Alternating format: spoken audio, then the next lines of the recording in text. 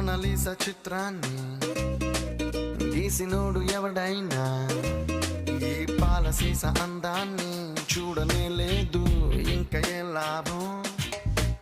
కోహినూరు వజ్రాన్ని ఎత్తు పెళ్ళినోడు రాజైనా దాని మెరుపు నీలోని దాగి ఉందని తెలియలే పాపం.